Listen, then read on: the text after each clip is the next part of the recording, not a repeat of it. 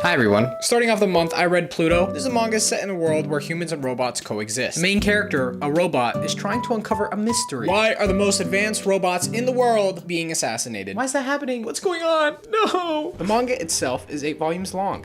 I'm about 5 volumes deep. Please don't spoil this for me, okay? But I have some pretty weird feelings on what I've read so far. The premise is pretty interesting, but the story has been having a really hard time grasping me, which I think is a little bizarre. The person that made this manga is the same one that made this manga.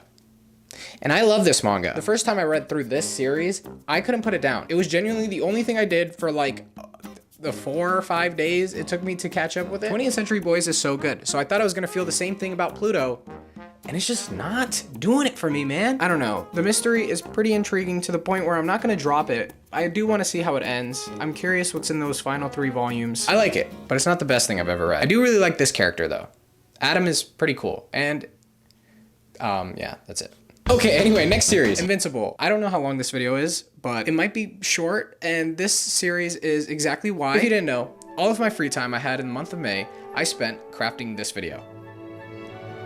It was worth it. I read every Invincible comic in a week. This is my most ambitious video I've ever made, and it involved me reading through this series over and over and over and over. It was a lot. But as a result, my 90-minute magnum opus was created. I've peaked, ladies and gentlemen. I am only 22. Nothing in this world that I make from here on out will ever be as good as this. Hopefully that's not true.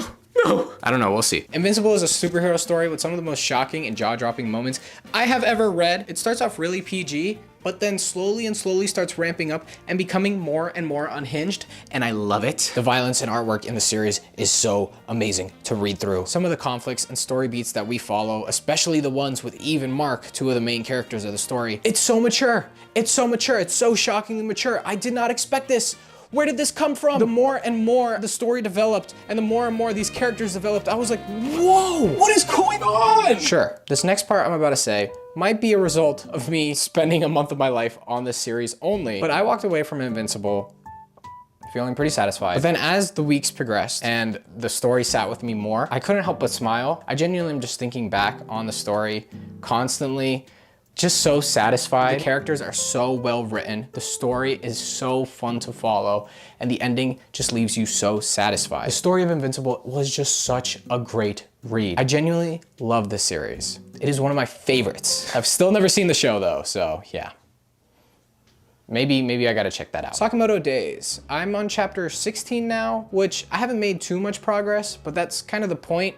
A lot of these series that I'm reading on my own time, I kind of just want to read at my own pace. Since my videos involve me reading through every single series at the speed of light, it's kind of refreshing being able to just have a series just for me to read whenever I'm bored. And this is my comfort series. This series is the thing that I slap on whenever I just want to frickin' have a good time. This series is such a good time. Sakamoto Days is about an ex-hitman turned family guy who is living a peaceful life when one day his past catches up to him. I don't know, something like that. Back in April, I praised this series because of its fight scenes, which literally is the best part of this series. Some of the creative ways Sakamoto takes down his enemies is the best. Sakamoto has a gun that gets shot at him, and then he blocks it with his glasses because his glasses are made out of bulletproof glass, and it was just like the stupidest thing I had ever read, and I loved it.